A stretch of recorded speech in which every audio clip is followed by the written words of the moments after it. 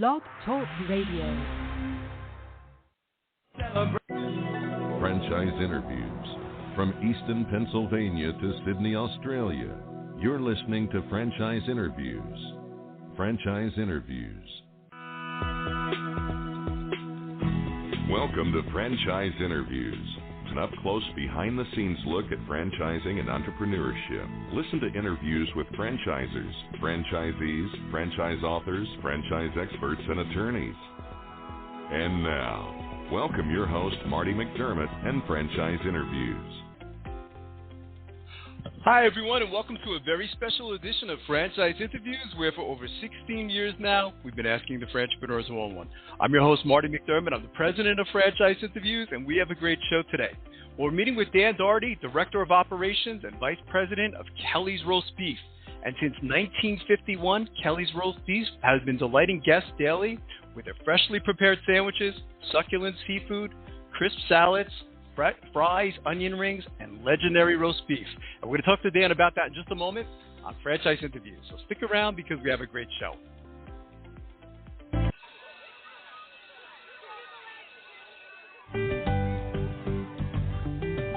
Franchise Teacher.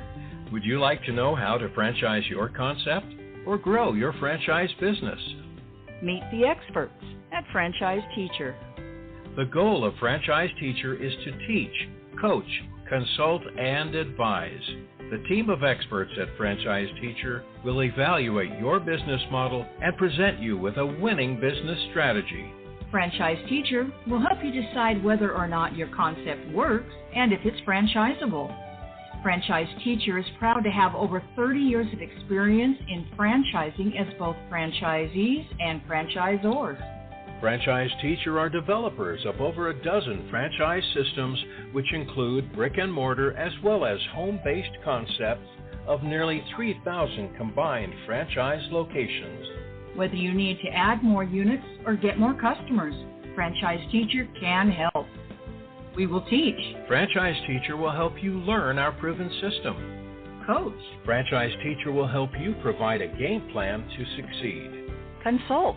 Franchise Teacher will make sure you stay on track. And advise. Franchise Teacher will help you learn from our over 30 years of experience in franchising as both franchisees and franchisors. Take advantage of our free, no-obligation phone consultation. Simply go to franchiseteacher.com or call us at 561-385-3032. That's franchiseteacher.com. Or call us at 561-385-3032.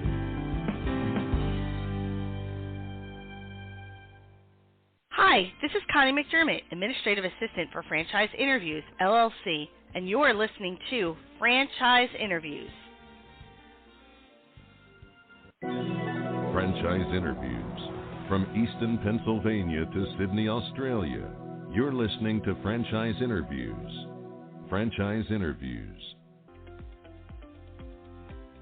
Hi, everyone, and welcome back to a very special edition of Franchise Interviews, where for over 16 years now, we've been asking the entrepreneurs one-on-one.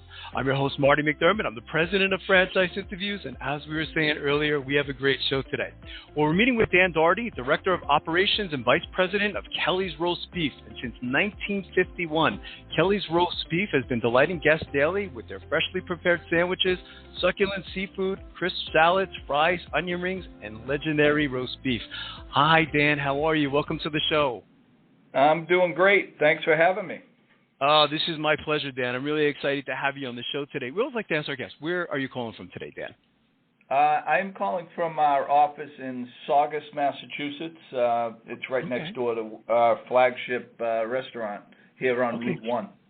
Oh, great. My sister, actually, she's in Cape Cod today, Dan. How far is that from Kelly's? We're a couple hours away. She's on, I know we call it on the Cape.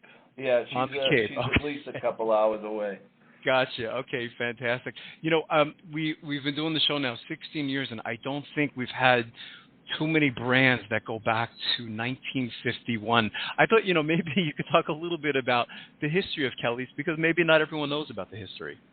Sure.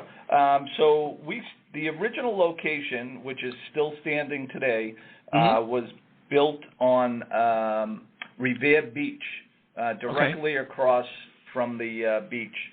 And it started out, truthfully, as a hot dog stand. The owner and the manager of a restaurant that was beside where they wanted to put this hot dog stand was they worked in this. It was like a banquet facility. And they decided to put this hot dog stand up and said, okay, we did that, and that was in 1951. They were both associated with that banquet facility, and what happened was there was a banquet going on, a wedding, some sort of event, and it got canceled. And what they were serving there were full roast beefs, that somebody would cut up into like a prime rib type deal. It got canceled, and they decided, you know what, we can't, we got to use this stuff, so let's bring it over to the hot dog stand. They hand sliced it, and they toasted some hamburger rolls, put it up there, and started selling it. And that's where we began the Kelly's roast beef. We call ourselves the inventor of the roast beef sandwich, but I'm sure there was some grandmother out there before us that was doing it. But we'll take the claim for that roast beef sandwich, though. What a great story, Dan. And, Kelly's roast beef has really been a part of your life, hasn't it? Maybe you could talk about, how you discovered the brand and how you became part of it. Yeah. So as a young, kid, I'd be down there with my parents. There were 7 of us in a station wagon, and we'd go down there and get 7 fish plates and 7 orange sodas and sit on the beach wall and, defend our food to the seagulls that were trying to take it. Yeah. So as I got older, as I guess they call it before teenagers, that was the place to work back in the 70s. Sure. And back then, believe it or not, it was all male workers in this 1,400 square foot walk-up boardwalk restaurant. Right. And it was the place to work. So when I became of working age, which I started working there in 1979 at 15 years old, and working the window along with sometimes up to 26 to 30 other young people and owners and all that. So it was just the place to work. It was you had to have a good work ethic or you weren't going to survive. Right. And it was extremely busy. The competition like it is today, there's not a lot, there wasn't a lot going on, but and the beach was somewhere where they were, it was on the tail end of like the Coney Island type, if people are familiar with that, with all the rides and, arcades and all that. Yeah.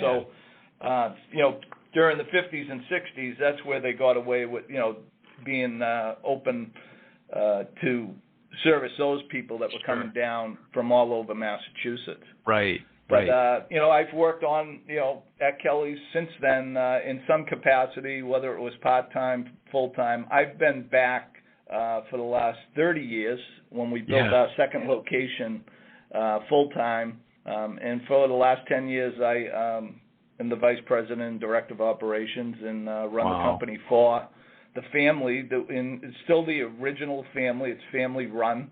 That's amazing. The Careys and the McCarthys, they were both co-owners back then. We're now into our third generation, which we have one that's a couple of them that sit on our board on the third generation, not in operations, but have their expertise on our board, and we're very excited to have that too. That's great. What a great story, Dan. I mean, it's really, Kelly's has really been part of your life. It's been a very big part of your life, hasn't it? Oh, absolutely. I can't say enough about the family, the employees. It's just a great place to work. And believe it or not, I am not even the senior member of Kelly's Roast Beef as far as workers. We have 2 gentlemen. One's a food service professional fry cook at our original location. Bob Griffin, and he's been there. It'll be this October. He'll be there for 50 years. That's incredible. And our director that works out of here with me up at the office, Dean Murphy, he'll be in this coming April of 2024. He'll also be at 50 years.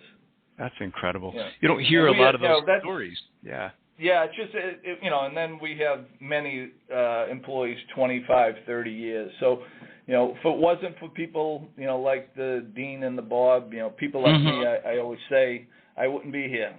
They're the ones who put in the full-time, long hours, and but it's been great, and it's even more exciting now. There's a lot going on in our business. I imagine because, for you, Dan, you've gotten to see the whole history of, kind of like, when it began and where Kelly's roast beef is today. Maybe you could talk about, that there were, over the years, there have been items or new products that have been added to the menu. Maybe you could talk a little bit about that. Yeah, so what happened was we had a solid base of, like 12, 14 items as back in the 70s and 80s, and that built the business. But as things develop, people want to try different things, and suggesting to us on different items. It also came with some higher priced items. We decided, clams and whole belly clams and lobster and scallops. They do get expensive. Coming into us, so we came up with some other items, and anything from the cheesy fries to Reuben sandwiches and buffalo chicken wraps, which all we brought in and are all selling extremely well. But we had to adapt to what was going on in the industry. It's interesting. You were talking about how many individuals would work in a Kelly's, in the old days, Dan, and I imagine that because of technology, maybe it's been a little bit streamlined today. Maybe you could talk about, it must be interesting for you how it was in the beginning and where you are today. How is Kelly's using technology today? So it's funny you said that. When I started working in 1979, we had one cash register. Wow. And we all reported to the gentleman that would take the cash. And so, but we also had to add up all the orders in our head, along with a tax chart that we would be familiar with. And so that's where I came from. So, and then in the early 80s, we became a little tech savvy, where we went out and got a new system, and I can date myself, and it goes into the McDonald's era. It was called the Trante system. Okay. And McDonald's was one of the first ones to use it, and we piggybacked and tried it, and it changed our business. It extremely changed our business.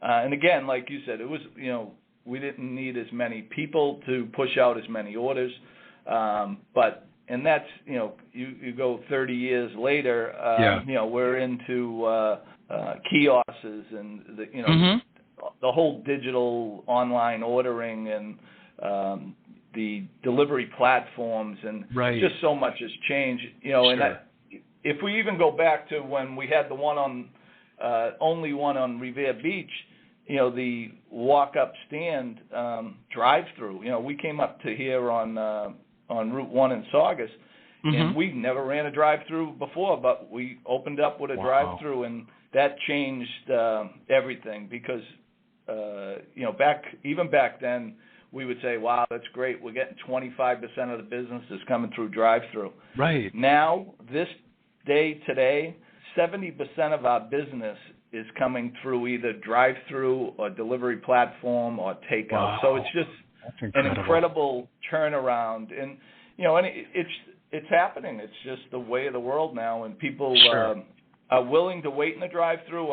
I always said that it really changed when the smartphone really came into light, where people could be on their phone and sit in the line and not being worried about their order being 5 minutes, and we used to have people banging on the horn and giving us grief because it was 5 minutes. Now, Right. they'll sit out there and not even say a thing because they have the technology in front of them. So yeah, it's incredible. The drive-through is the way to go right now.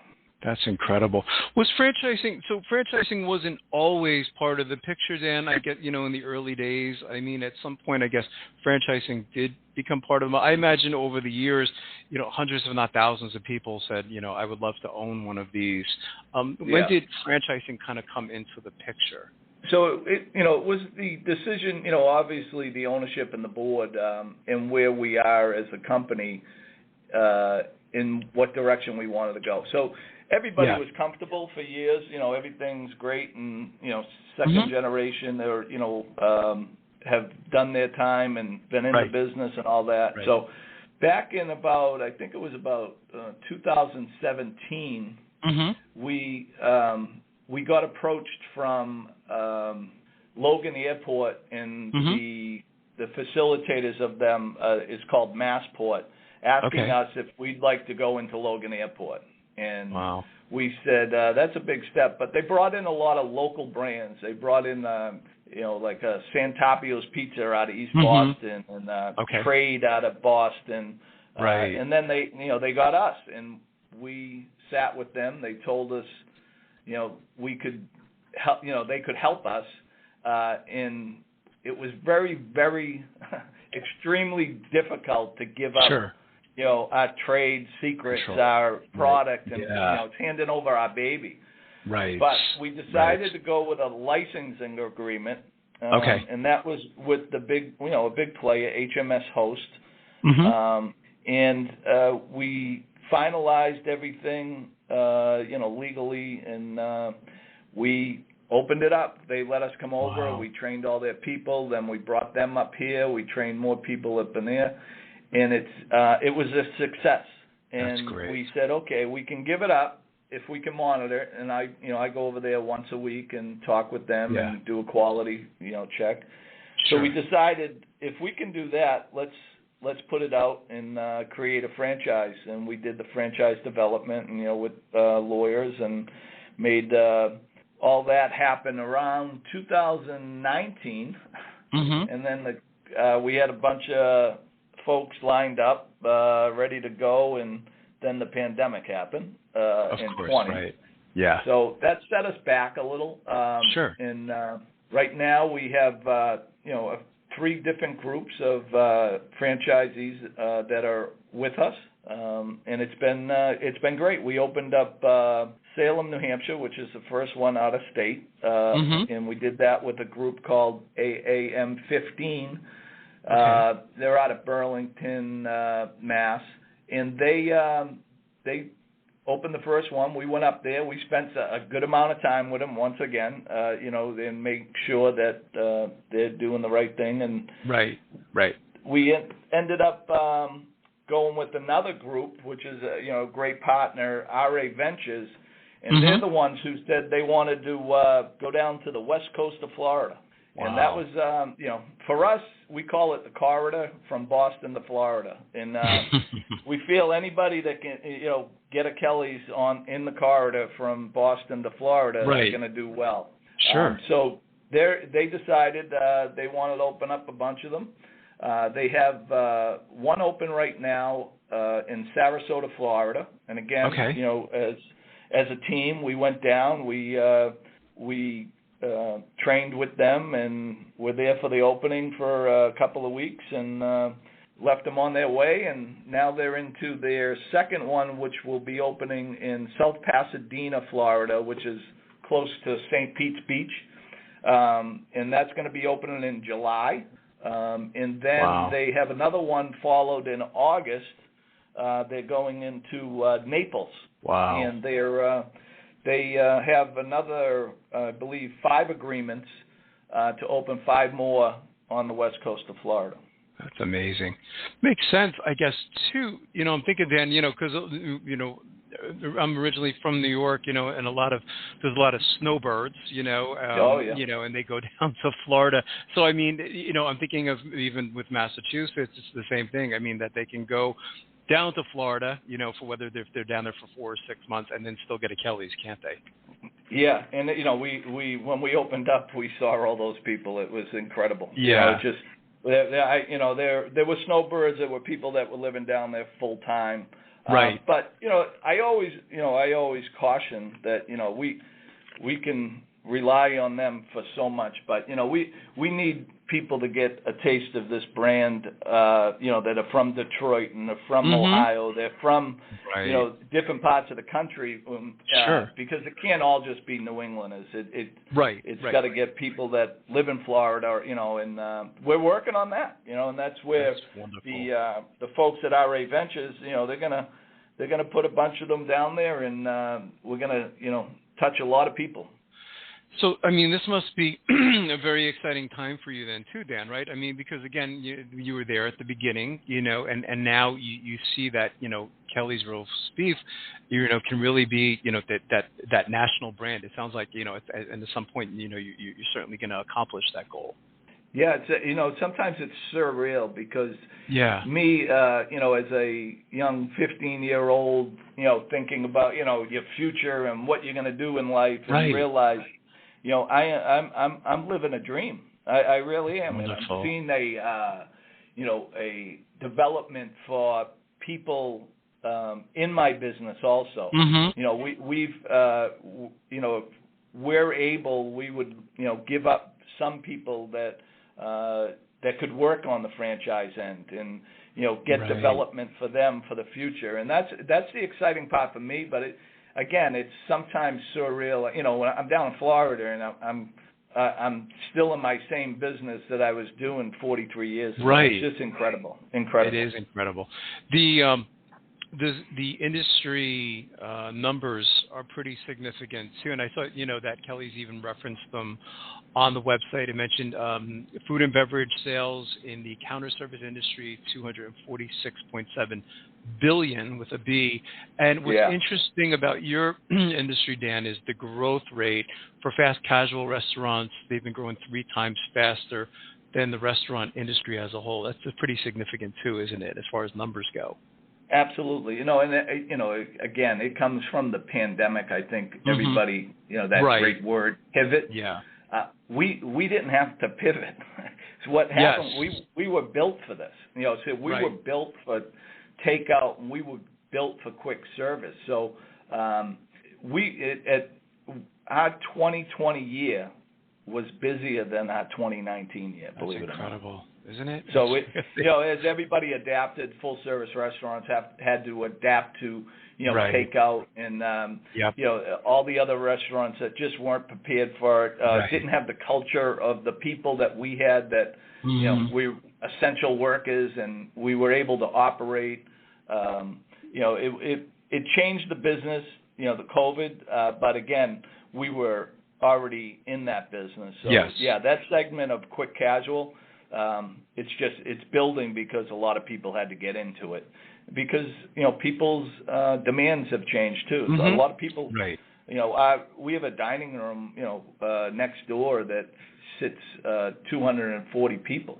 That's changed. You're seeing more people getting, takeout, online ordering, drive-through. So that's where the franchise. We're down to some of our franchises looking at 4,500 square feet versus our flagship next door here at 10,000 square feet. Wow, that's incredible. What's been, when I have someone on the show like yourself, Dan, who's been part of the brand such a long time, difficult question, but what's been one of the most interesting things that's happened to you since being part of Kelly's Roast Beef? Knowing, again, you probably have 1,000, 2,000 different stories, but does anything stand out over the years that you go, wow, I'm sure COVID was part of it, franchising was part of it, but anything else kind of stand out to you? It's I don't know. I guess in a way, it's just the competition, versus where we were. We were we're an iconic brand of what we call here on the North Shore. Right. But guess what? There's a lot of other restaurants out there doing a good job too. And we relied on just our Kelly's Roast Beef, and that's who we were, and we were going to always be the king. But guess what? The competition makes you better. Keeps you on your toes. But I think that's what I find, probably the craziest is, of going on. We always said, we have to stay on our toes. We had a iconic steakhouse half a mile, not even, it's probably a quarter of a mile up the street from us here that you thought would be around forever. But guess what? They didn't change with the times. They changed, management. They sold the rights and all this, and it changed. And that was called Hilltop Steakhouse. You have to look it up. Okay. Look it up. It's an incredible story about a gentleman, Frank Jafrida.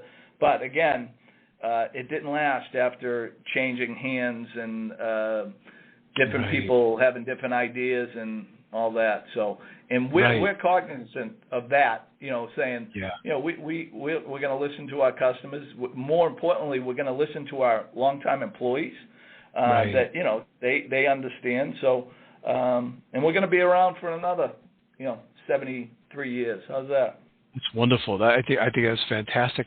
And speaking about franchising, Dan, what's important to you, or what's important to Kelly's Roast Beef when taking on a new franchisee? It sounds like, again, you mentioned in the beginning, it was hard for you to, kind of give away the secret sauce and things like that. So I imagine there's certain things that are important to you when taking on a new franchisee. So what is important to you in terms of characteristics or traits? So you're hitting it right on the nail there. It's just what we need is people that operate restaurants. Believe me, we have people that have come to us, and I got a lot of money. I want to open up a Kelly's Roast Beef, and they have zero experience in the restaurant business. And, they just think, I'm going to open one up, and it's going to be a great place and all that. But guess what? We learned, obviously, through the license agreement. HMS Host at the time was running 1,200 restaurants, so they know restaurants better than I know restaurants, and I had to say, I had to admit to that. We have the folks down in Florida, RA Ventures, they own up here in this part of the country, they own 35 restaurants called 110 Grill that they built over the last 7 or 8 years. And so these are things that I've learned that, guess what, you have to have trust in other people that want to come into your business, but you also can't just go out there and say, I'm going to sell to anybody. And we've had people come here to the office, that wanted to give it a shot, and it just doesn't fit unless they have that restaurant experience. Yeah, that's great. And how does the training work then, Dan? I mean, once you decide, that a prospective franchisee is a good fit, I mean, how does it work? I mean, would they come to a corporate for that? I mean, maybe you could talk a little bit about that. Yeah, so actually, it's exciting, because you're bringing another person, like an area director. Usually, we bring them, and we actually throw a uniform on them and give them an apron, and they work the circuit. They come up here to Saugus and Revere, our Medford location, and they'll work the circuit. And I say the circuit meaning they're going to be putting the headset on and working a drive-through. They're going to go through every station, on how to work with our food. And also, and people don't get this, the culture that we have, and I think that's a big part of, the development of the franchise, and they're getting that also. So they spend a good 5 weeks with us, learning everything all the way back to the back of the house in the office, but they're right beside the employees, and it's been great. We had the folks that are up in Salem, New Hampshire. We brought in their area director, and then the folks down in Florida, same thing, brought in their area director, and a couple of their managers came up and worked with us also. So, and I think that's going to be the successful part, in getting them understanding, not just the food, but the culture. And that's what family is built. It's a family-run business. And we want to, we want to adhere to that, and that's what makes us great. Right, because that's been a big part of the success, as I'm getting, Dan, is the culture, is the longevity of the brand, right? Is because the culture is certainly attributed to that, so that makes sense. And I'm thinking of a typical day, because you've been doing this such a long time now. I mean, so lunch, dinner is 7 days a week. Is that how you describe, like, I guess probably every day is probably fairly busy at a Kelly's? Yeah. Again, we're post-pandemic. Right. So right. I give you an idea. When not too long ago, when labor got tough, but back 10 years ago, labor got tough. But we were open till 3 a.m. on our Revere Beach location. Wow. And then our drive-throughs and our other locations were open till 1 a.m. Wow. But again, sadly, the world has changed, and sure. It's very difficult to keep anybody later than 11 o'clock, 12 sure. o'clock. Right. So we had to make adjustments to that. It's been, so we have a great lunch crowd. Again, seasonally down the beach, which has been a tough month because we've had more rain than any other June. Yeah. But last year we had a everyday hot, so it's one of those things you can't control. But it's been a tough month down there. But so we have great lunches. We also go into the dinner time, and all our locations are on busy roads. So we get good traffic. So we're constantly busy right up until 11 o'clock at night. That's terrific. What Now that you're part of franchising, Dan, one of the in doing this show 16 years, a lot of our listeners, they're kind of like, they're new to franchising. They have this in the back of their mind that, they'd like to buy into franchising. But I think, last time I looked, they said there's something like there's like 3,500 different systems out there. I mean, from everything you've learned up to this point about franchising, what advice would you give to our listeners in their quest to buy a franchise?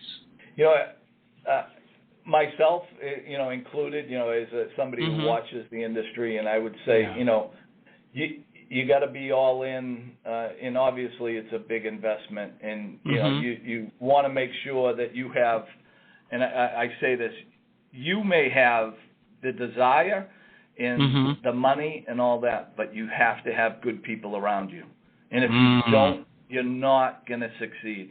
I go back all these years, and I don't say I don't say I built this, I've done this, because I didn't. It's people that made me better behind me. They're behind me, but they made me better. And I would say, if you're going in, you got to build a team that's going to be dedicated, and they're going to do as much as you're doing, and if you don't, you're going to have trouble. I go to, when I was young in this business, the owner, the owner who worked operations for 40 years with us, he ended up, whatever he did, it didn't matter. If it was cleaning the bathroom, it was picking up papers outside, if it was fry cooking, but again, talking to the customers and having that banter with the restaurant, with the employees and the customers and all that, and it's just not one person. It's all of us, and this guy, this guy leading, he led, but guess what? We followed, and we became the same as he did. So I would say have a good team. You learned a lot from him. Yeah. Oh, absolutely. Work ethic. I joke some things what I wouldn't do, also, but there was a good work ethic was built. But I'm fortunate enough to go back and I worked for his dad, Frank McCarthy. Brian McCarthy was an operator for, like I said, 30, 40 years himself. And it's just genuine good people. But guess what? You had to work hard. But he built a core of people around him that helped, build the brand. And I would say to a person that was getting into the franchise business, just have a good team, because you can't do it alone. Yeah, I think that's great advice, Dan. And in looking to the future, you kind of hinted, Dan. I mean, if the crystal ball was like a year or 3 years or 5 years, it sounds to me like at some point you would like Kelly's roast beef to be a national brand, kind of almost everywhere and anywhere in the United States. I mean, it makes sense, right? It sure does, but again, we're cautious of that too. Sure. We know it's a tough industry out there. Right, right. We're again surreal. We're talking with people out in California. We're talking with your sister is down there on the Cape. We're talking with somebody in Hyannis with a a great area, but. Again, we want it right. Sure. We can say it's going to make us a lot of money and do all that, but I would love to see it, 40, 50 of these, over the next 5 years, and say the brand is everywhere. But guess what? If it's not upheld and not doing well, that it means nothing having that many, because you can close that many that quick too. Sure. Right. That's wonderful. What's the best way, Dan, for our listeners to get more information on Kelly's roast beef? Of course, as the franchise opportunity, but even the product itself. I mean, are there any websites you can kind of direct our listeners to? Yeah. So, obviously, kellysroastbeef.com website has information there. They can direct to. I have a great franchise president that he controls a lot of the franchise end of it. So there's a contact form for him there, and it's Google us, you'll see us. We're all over the place, man. It's just some incredible food. We do. The roast beef sandwich is one thing, but we do homemade tartar sauce. We make our own tartar sauce. We make our own onion rings, hand breaded. Whole belly clams. Fish and chips. We have our own 70-some-odd year recipe for New England clam chowder. We use local bakery company that's been around 100 years, Pantadosi bread out of Malden, and they're all over the country now too. But a lot of their start were customers like us, so. But we're still in use with them, and they're a great partner, and they have some great products. So, check us out. It's just a great, it's a great story, and I live it. It is a great story. Sometimes have to realize that I'm in this story. It's not just work, and that's right. It's also some fabulous food, New England flair, we'll call it. Yeah, no. And one of the questions I can't believe I forgot to ask you, because, I mean, you've been going to Kelly's your whole life. I mean, do you have a favorite, Dan? I mean, like, if you were to go, you and I were to go into a Kelly's right now, what would you order and what would you recommend I order? I would, when I go away and it's been a week or 2 weeks, there's a craving I have, and I'm not just saying it, but it is the roast beef sandwich. I don't eat a roast beef sandwich every day. I just don't. I'd be 400 pounds. But the Kelly's roast beef, melt in your mouth, medium rare roast beef on a toasted Pantadosi roll with barbecue, James River barbecue sauce, a piece of American cheese, and some extra heavy mayonnaise is what I go to. It's a staple, and nobody else does it like us, and it's something that's desirable, not only for our customers, but someone who's been around it like myself all these years. That's my go-to. That's terrific. Well, I can't tell you how much I've enjoyed talking to you today, Dan. I've done hundreds of these interviews, and this was a wonderful interview. And I'd like to invite you back over the next year or two as Kelly's continues to grow. I'm going to keep watching you. All right. I appreciate it. We appreciate it, and we want to make sure that we come back to it. And another visit, and we'll have a bunch of these up, and people can actually see it from all over the country. That's wonderful. This has been my pleasure, Dan, and we'll be right back with more franchise interviews. Coming up in our next segment, we'll be playing a clip from our Great Quotes in Franchising podcast right here on Franchise Interviews. Franchisers, are you looking to reach aspiring entrepreneurs looking to buy a franchise? Are you looking to reach a highly educated audience on franchising? franchise interviews, an up-close, behind-the-scenes look at franchising and entrepreneurship through our website, franchiseinterviews.com. Or you can hear and read interviews as well as get tips from some of the most successful sources in franchising. Our weekly franchise radio show where each week you get to hear a new interview with franchisers, franchisees, franchise authors, franchise experts and attorneys, and our podcast, Great Quotes in Franchising. For more information, go to franchiseinterviews.com or call us at 610-905-2919. That's 610-905-2919. Today's Great Quote in Franchising is being brought to you by Franchise Teacher. Would you like to know how to franchise your concept or grow your franchise business? Meet the experts at Franchise Teacher. The goal of Franchise Teacher is to teach, coach, consult, and advise. The team of experts at Franchise Teacher will evaluate your business model and present you with a winning business strategy. Franchise Teacher will help you decide whether or not your concept works and if it's franchisable. Franchise Teacher is proud to have over 30 years of experience in franchising as both franchisees and franchisors. Franchise Teacher are developers of over a dozen franchise systems, which include brick and mortar as well as home-based concepts of nearly 3,000 combined franchise locations. Whether you need to add more units or get more customers, Franchise Teacher can help. We will teach. Franchise Teacher will help you learn our proven system. Coach. Franchise Teacher will help you provide a game plan to succeed. Consult. Franchise Teacher will make sure you stay on track. And advise. Franchise Teacher will help you learn from our over 30 years of experience in franchising as both franchisees and franchisors. Take advantage of our free, no-obligation phone consultation. Simply go to franchiseteacher.com or call us at 561-385-3032. That's franchiseteacher.com. Or call us at 561-385-3032.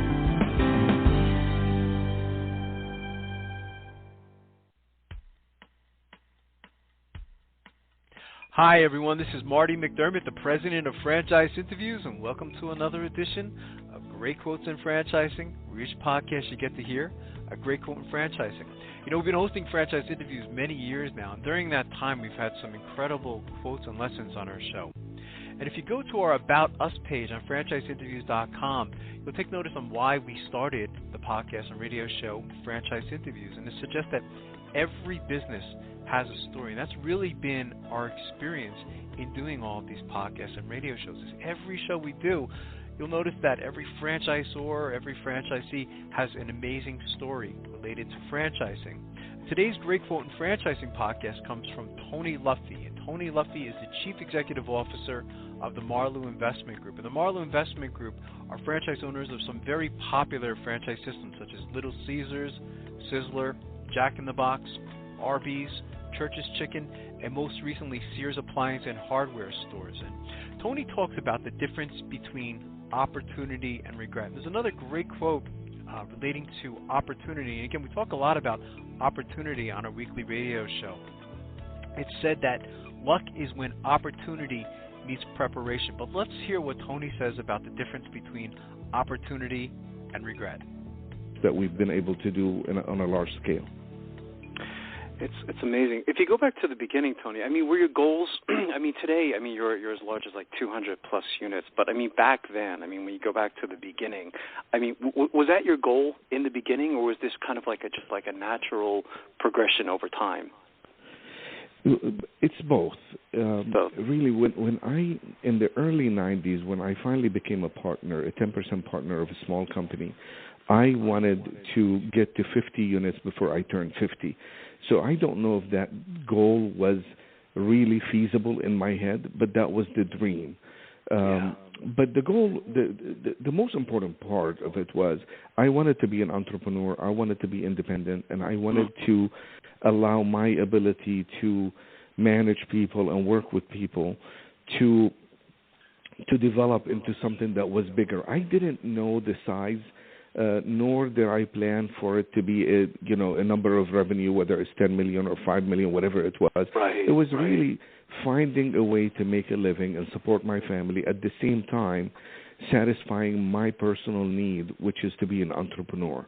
And really, once that took place, it was more about the opportunities that came our way. And I always say the difference between opportunity and regret is being ready. So if you're ready, you see the opportunity as an opportunity. Otherwise, you spend a lifetime regretting the fact that you missed the opportunity. So to me, it's about being ready. And I've always worked so hard to make sure that we are ready for whenever that opportunity came our way. That's fantastic. We have this great quotes in franchising podcast. We're gonna put that quote in there, Tony, if you don't mind. I think that's very powerful. Maybe we could talk a little bit about your company. I mean, the Marlowe Investment Group. I mean,